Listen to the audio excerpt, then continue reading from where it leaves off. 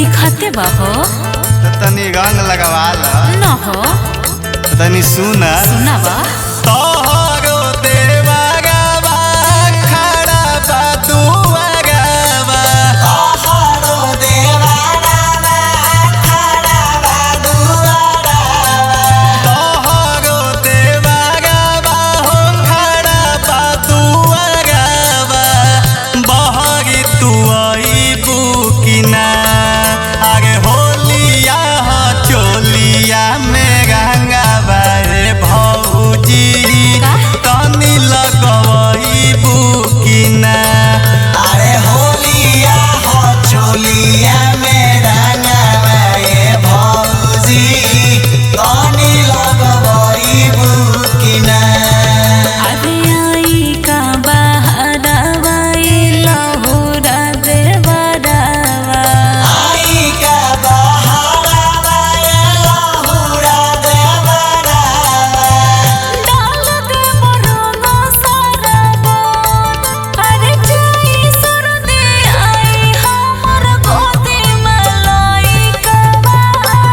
हालहि के बनिला रबो अरे जाई सरदी आई न पर गोदी में लइका बा हालहि के बनी लरबो टेंशन मत लहो अरे काहे न ले हो आगे सर्दी आई ना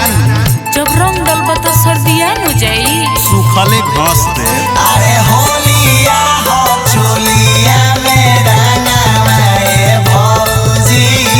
तनी लगवइबू कि ना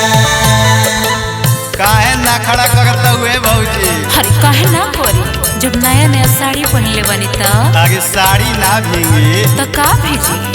कुछ औगे होई अच्छा हाँ हो हमारो मिजाज गबड़ई बुका ना ना खाली पिचकारी लवटई बुका ढेर मत बोला खाली पिचकारी लवटई बुका खाली पिचकारी लवटई बुका हमारो मिजाज गबड़ई बुका खाली पिचकारी लवटई बुका ना हो हईल जब कहलू आवा खियालू ना हलुआवा हईल जब कहलू आवा खियालू ना हलुआवा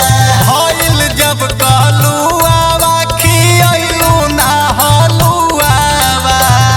अबहु खियाइबू कि ना अरे होलिया हो चोलिया में रंगवा रे भौजी तनी लगवइबू कि ना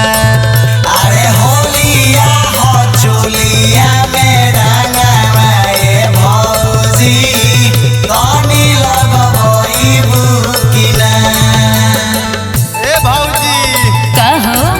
आगे तनी लगवा लहो का लगवाली लगवाइबू तो फायदे में रहबू हो हनु अरे होलिया हो चोलिया में रंगवा रे भौजी तनी लगवइबू कि ना काहे भौजी अरे बोला हो आगे तनी बाहरी निकला काहे हो आगे तनी डलवा ला ना हो होली नु हा अच्छा ठीक बात तो सुना सुनावा